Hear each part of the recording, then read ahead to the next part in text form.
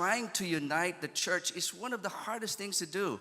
It's not because they cannot agree in dogma or in politics, but it's basically unforgiveness.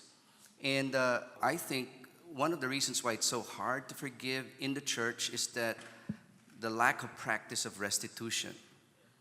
If somebody makes a mistake or does something wrong, he or she is not willing to restitute for it, and so therefore there's a sense of injustice.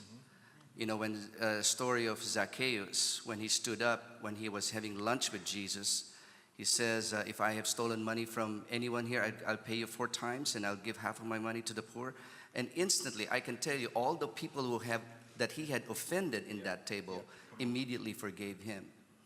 The church has, maybe in the name of grace, had taken the restitution out of the equation. And because of that, it's harder to distinguish forgiveness from pardon. We might have the right to forgive, but we might not have the right to pardon.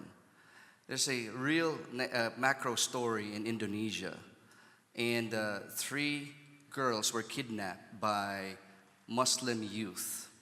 And these 3 girls were coming from a Christian school on the way home, and they were kidnapped, and they were beheaded. And they put the heads of these girls in front of the Christian school. It was a horrible story. It was nationwide, plastered all over the Indonesian news. And then what happened was they caught the 3 guys. And they put it on live television. They will bring these teenagers into confrontation with the parents of the girls. Now, could you imagine the intensity of the emotions in that room? When they brought the 3 teens, they were shaking. They were afraid to face the parents. And you know what the parents of these 3 girls did? They were Christians. They came out and then hugged those 3 boys. Amazing.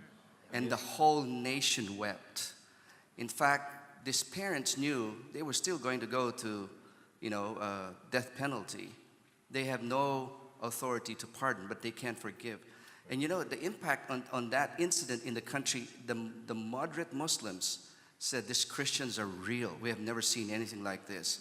And so they started a movement among the moderate Muslims to try to reconcile Christians from the extreme Muslims. This is initiated by the Muslims themselves because of forgiveness. Amazing.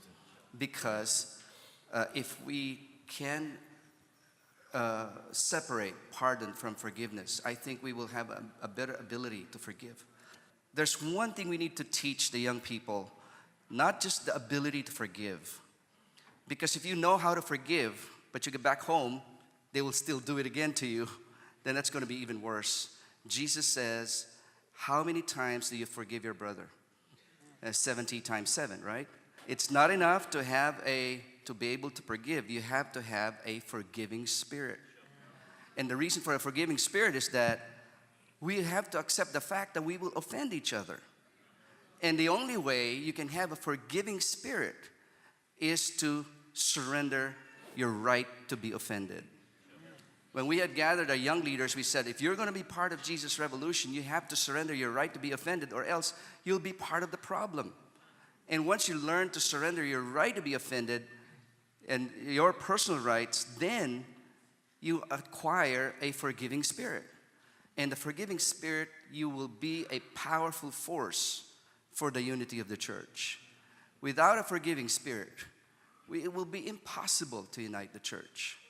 And not only mention that, if you talk about generational issues, the prejudice between the generations is getting bigger and bigger and bigger and more.